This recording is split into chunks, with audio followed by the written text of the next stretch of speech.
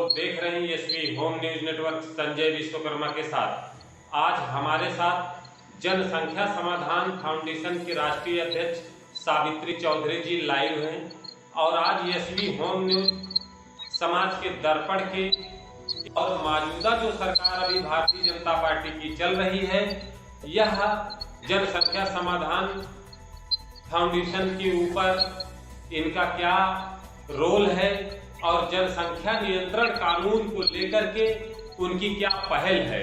तो अभी हम सर्वप्रथम बात करते हैं सावित्री चौधरी जी से।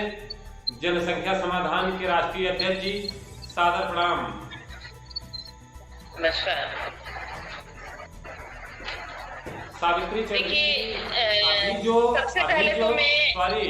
अभी जो ये जनसंख्या समाधान फाउंडेशन को लेकर के आप चल रही हैं, तो मौजूदा जो भारतीय जनता पार्टी की सरकार चल रही है, यह अभी तक जनसंख्या नियंत्रण कानून को लेकर के इनकी क्या मंशा है और ये अभी तक क्या इस पर निर्णय लिए है, कुछ इसकी जानकारियां एसवी होम न्यूज नेटवर्क के दर्शकों तक पहुंचाना चाहेंगी मैम? देखिए, सबसे पहले तो मैं आप जैसे चैनलों का धन्यवाद करना चाहूंगी जो देश के इतने बर्निंग इशू को आप लोगों ने उठाया और इस पर आप लोग बात करते हैं। वरना 1974 के बाद से हमारे देश में चाहे कोई नीति निर्माता हो या न्यूज चैनल वाले या कोई भी पार्टी इस मुद्दे पर हाथ डालने से, इसको छूने से भी डरती है।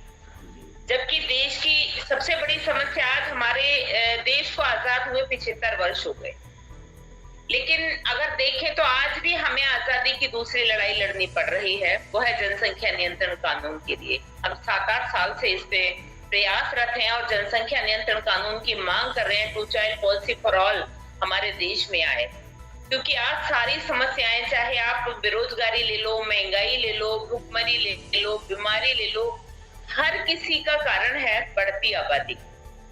क्योंकि अगर अभी शोर मचता रहता है हमेशा बेरोजगारी बेरोजगारी, देखिए एप्लीकेंट ज्यादा है और जॉब कम है, इसका भी कारण वही जनसंख्या है। महंगाई की बात करें तो महंगाई के लिए भी क्या है, हमारे संसाधन कम होते चले जा रहे हैं, आबादी बढ़ती चली जा रही है, कैसे हमारी पूर्ति होगी। और जो हमारे देश के नेताओं की, मैं अभी आप बात कर रहे थे कि हमारी बीजेपी या जो भी और पार्टियां हैं कोई भी, लेकिन सत्ता में हमारी बीजेपी है। सरकार बनने से पहले हमारी भारतीय जनता पार्टी के एजेंडा में था कि जनसंख्या नियंत्रण कानून देश में हम लाएंगे, लेकिन अभी तक अगर देखा जाए तो सबसे पहला काम इस सरकार को यही करना चाहिए था, जनसंख्या नियंत्रण कानून लाना चाहिए था।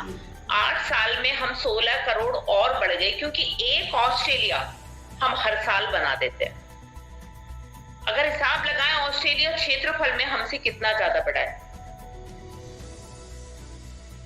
ऑस्ट्रेलिया की आबादी केवल 2 करोड़ है और हम एक ऑस्ट्रेलिया हर साल बनाते हैं। हमारे पास जमीन कितनी है, छोटी सी है, और हम इतने बढ़ते चले जा रहे हैं।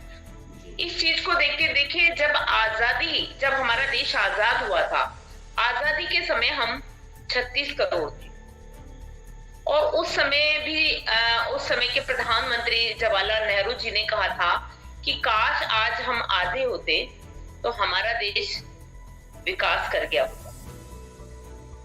और आज, उस समय हम 36 करोड़ थे और 5 दशकों में हम 100 करोड़ और बढ़ गए। जमीन हमारे पास लिमिटेड ही है। हमारे पास विश्व का 2.4% ही भूभाग है। 4% पानी है हमारे पास, 2.4% हमारे पास वन क्षेत्र है। 1974 में जब हमारे देश में ये मुद्दा बड़े जोर शोर से चला था, उस समय हमारे पड़ोसी देशों को चिंता हुई। हमारे देश में तो ना 1 चाइल्ड पॉलिसी आया ना 2 चाइल्ड पॉलिसी आया, लेकिन हमारे पड़ोसी देश अपने देश में कोई 1 चाइल्ड पॉलिसी, कोई 2 चाइल्ड पॉलिसी ले आए। उस समय को भी, उससे भी हम सीख नहीं ले रहे हैं कि देखिए, चीन जैसा देश वन चाइल्ड पॉलिसी लाया और उसने 35 साल के लिए वो टारगेटेड पॉलिसी लाया और 35 सालों में उन्होंने 40 करोड़ बर्थ रेट को कंट्रोल किया। हम उनसे भी सीख नहीं ले रहे। तो इस विषय पे हमें विचार करना होगा। जैसे अभी आपने देखा होगा हमारे जो देश के नेता हैं, नीति निर्माताओं की पार्टियों की हम बात क्या करें, हमारे नेता, अभी आपने देखा नीतीश जी का एक बयान सुना आपने 15 अगस्त को।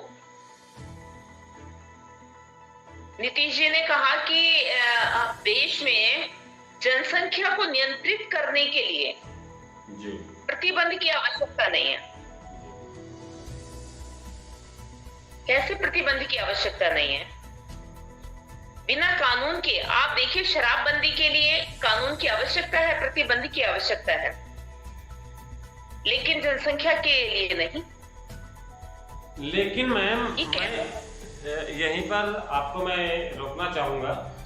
अभी बीच में जनसंख्या नियंत्रण कानून को लेकर के बड़ी एक पहल थी 2000, ये मैं कह लूँ तो शायद 21 या 22 में ही था कि योगी जी की सरकार थी। उत्तर प्रदेश कोर्ट ने जो एक फैसला सुनाने को लेकर के आतुर था, तो बीच में ऐसे फिर से वापस क्या अटक गया कि मुझे तो ऐसे लग रहा था, क्योंकि बीच में हमारी और आपकी वार्ता भी हुई थी कि अभी बस नियंत्रण कानून बिल पास होने वाला है, तो वापस से क्या ऐसा हो गया, इसके बारे में कुछ बताएंगे?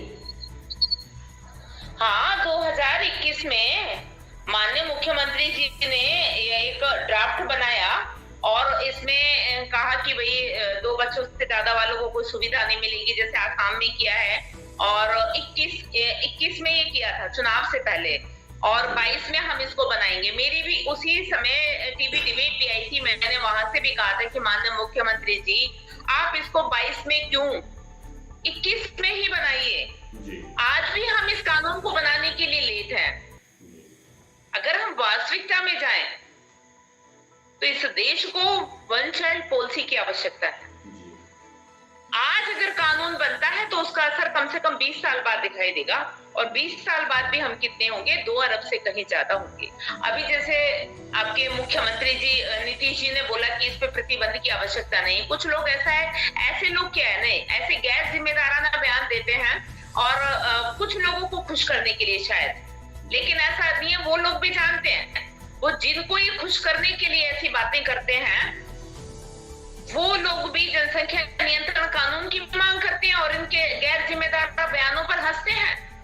अरे शराबबंदी के लिए जनसंख्या नियंत्रण की उसके कानून की आवश्यकता है और जनसंख्या के लिए नहीं।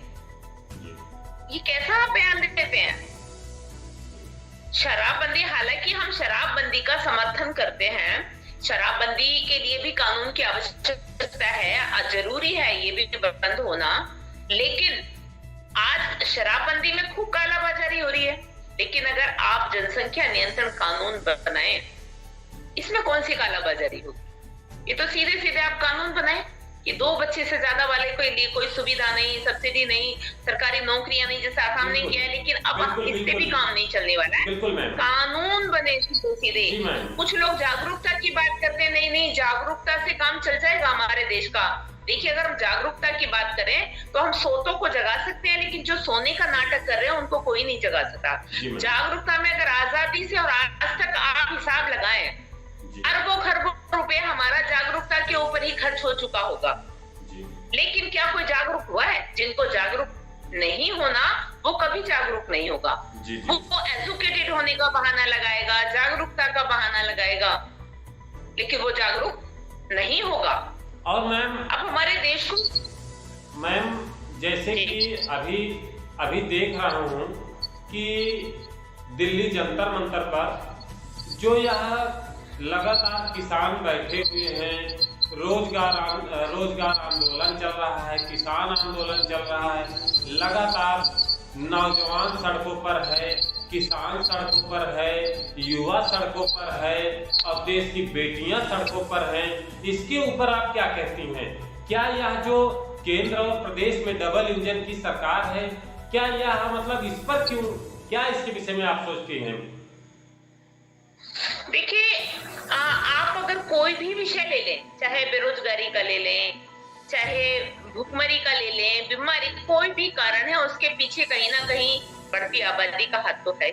इसके लिए चाहे आप आंदोलन करने वाले लोग हैं, चाहे किसान ही हैं, चाहे कोई भी युवा है, इन सबको जनसंख्या नियंत्रण कानून की मांग करनी पड़ेगी और इसके लिए लड़ना पड़ेगा कि हमारी आबादी कम होगी तो हमारे संसाधन बढ़ेंगे, हमें सुविधाएं मिलेंगी, हमें नौकरियां मिलेंगी, हमारी महंगाई भी कम होगी। सारी चीजें इस विषय पे अगर सरकार इस पे मुद्दा उठाती है तो हमें सरकार का साथ देना चाहिए। जैसे योगी जी ने अगर ड्राफ्ट बनाया तो बहुत लोग उसमें विरोध में आ गए।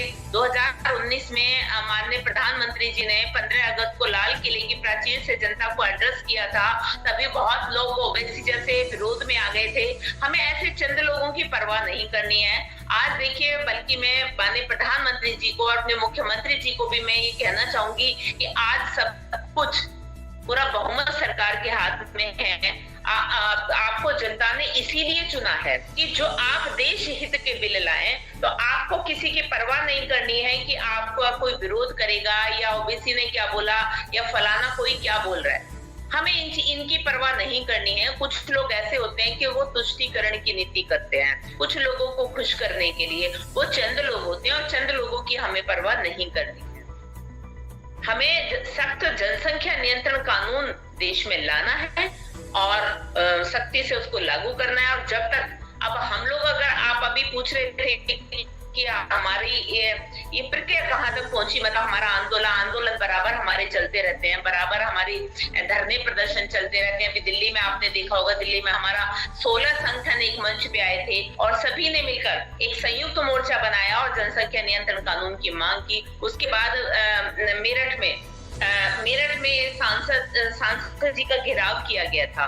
तो अब यही किया है, जितना भी संयुक्त मोर्चा बना है इसमें 15-16 संगठन मिलकर एक मंच पे आए हैं और उन्होंने जनसंख्या नियंत्रण कानून की मांग करते हुए कहा है कि अब हम सरकार से बात नहीं करेंगे या वार्ता नहीं करेंगे या हम ज्ञापन नहीं सौंपेंगे किसी को। सीधे सीधे हम सांसदों का घेराव करेंगे, हर महीने घेराव होगा, क्योंकि हमें सांसदों को, इससे वो हमारे जनप्रतिनिधि हैं, वो हमारा माध्यम है, वो संसद में इस विषय को क्यों नहीं उठाते, इस पर बहस क्यों नहीं करते।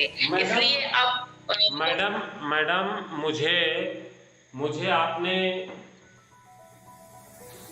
इस पर आपने नहीं बताया कि किसान सड़कों पर, नौजवान सड़कों पर, युवा सड़कों पर, बेटियां सड़कों पर, देश का हर वो नागरिक सड़कों पर, कि जो व्यक्ति आज MBA पढ़ा है, PhD किया है और उसके बाद पकौड़ा तलने की बात चलती है, तो क्या भारत में PhD करने वाला जो छात्र है वह क्या भारत में पकौड़ा तलने के लिए ही जन्म लिया है, PhD किया है? क्या PhD करने के बाद में ही क्या भारत का पकौड़ा इतना महंगा होता है कि PhD करने के बाद में भारत में पकौड़ा तलना पड़ता है? देखो, ये सारी बातें कोई ये सब बेबुनियादी बातें हैं कि पकोड़ा तलना या ये बोल दिया। देखो, एक ये एग्जाम्पल दिया है कि हम क्या क्या कर सकते हैं। अगर माननीय प्रधानमंत्री जी ने कहा है तो इसका रीजन होगा, लेकिन हमें ये भी समझना होगा कि सारी समस्याएं हमारे देश में, क्या अभी हमारे क्या 6 बच्चे हैं, हमारे 4 बच्चे हैं, हमने छोड़ दिए जी, सरकार नौकरी नहीं दे रही, सरकार नौकरी नहीं दे रही जी, हम बेरोजगार हैं जी। आप ये देखें कि ये आएगा कहां से। आप 6 बच्चे, हमारी पॉकेट अलाउ करती है 2 बच्चों के लिए, 1 बच्चे के लिए हमारी पॉकेट अलाउ करती है और हम 10 बच्चे पैदा कर रहे हैं। कैसे उनकी पूर्ति होगी? एक बच्चे वाला इंसान ले लो और एक 10 बच्चे वाले इंसान को ले लो, क्या कहेंगे? 10 बच्चे वाले को फिर भी गरीब ही माना जाएगा, जबकि अगर उनमें कंपेयर करेंगे आप तो गरीब किसको मानेंगे? एक बच्चे वाले को माना जाएगा ना। लेकिन नहीं, वो फिर भी गरीब नहीं है। एक बच्चे वाला टैक्स दे रहा है और 10 वाला सब्सिडी ले रहा है। एक बच्चे वाला और 10 को पाल रहा है। तो ये भी कहीं ना कहीं, देखिए, देश देश एक है तो एक कानून क्यों नहीं बनता देश में? इसका समर्थन सब लोग क्यों नहीं करते? चाहे सपा बसपा भाजपा, मैं तो सभी को बोलती हूँ और सभी को हम ज्ञापन देते हैं कि आप सब लोग जनसंख्या नियंत्रण कानून के लिए साथ क्यों नहीं खड़े होते? अगर कोई भी माननीय प्रधानमंत्री हो, मुख्यमंत्री जी हो, अगर उन्होंने ये कदम उठाया है तो हमें उनका साथ देना चाहिए।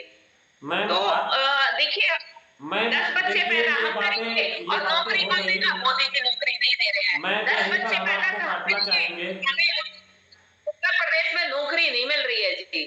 तो ये किसका दोष है, किसका कारण है जी? हाँ, कहीं ना कहीं रेस्पॉन्सिबिलिटी हमारी भी बनती है ना जी। मैम यहीं पर हम आपको एक बच्चे के लिए यहीं पर रोकना चाहेंगे। मध्य प्रदेश, एक और लास्ट क्वेश्चन है आपसे। मध्य प्रदेश सरकार और महाराष्ट्र सरकार ओबीसी का आरक्षण 27% आरक्षण पास कर दिया है, कोर्ट ने लागू कर दिया है। क्या उत्तर प्रदेश में भी क्या 27% आरक्षण ओबीसी को योगी सरकार दे पाएगी? आपकी योगी सरकार कितनी नौकरियां मिल रही हैं? जो आरक्षण की हम बात करें, या आरक्षण और ये सब तो देश की रेड़ी ले रहे हैं, देश को बर्बादी की तरफ ये आरक्षण वारक्षण ही तो ले रहे हैं। ये आरक्षण खत्म होने चाहिए। नहीं, आपको आरक्षण देना चाहिए, आपको आर्थिक स्थिति में आरक्षण देना चाहिए। आपकी महाराष्ट्र सरकार ओबीसी का आरक्षण जो है इन्होंने लागू कर दिया, 27% आरक्षण। यहाँ की सरकार, महाराष्ट्र की सरकार, मध्य प्रदेश की सरकार 27% आरक्षण दे रही है। अभी चाहे चुनाव हो, चाहे जो भी सीटें हो, 27% की बंटवारा उनको, जिसका जितना, जैसे अभी बड़े पैमाने में कहा गया कि जिसकी जितनी संख्या भारी उसकी उतनी हिस्सेदारी। तो ये 27% का जो आरक्षण है, जब मध्य प्रदेश अगर लागू कर देता है, महाराष्ट्र लागू कर देता है, तो क्या उत्तर प्रदेश सरकार ये अपनी ईमानदारी से क्या 27% का आरक्षण ओबीसी को मिलेगा क्या? ये कहीं कुछ नहीं मिल रहा है, किसी को कुछ नहीं मिल रहा है और ना मिलेगा ना। महाराष्ट्र की आप चाहे बात कर ले, चाहे कहीं की बात कर ले, सिर्फ वोटों की राजनीति है और ये लॉलीपॉप चुनावी टाइम पे दिखाया जाता है। कहीं किसी को जब नौकरियां ही नहीं है तो वो आरक्षण ही कहां से मिल जाएगा? बहुत सारी वैकेंसियां अभी तो खाली है, स्कूलों में टीचर नहीं है। बिल्कुल गलत चीज है।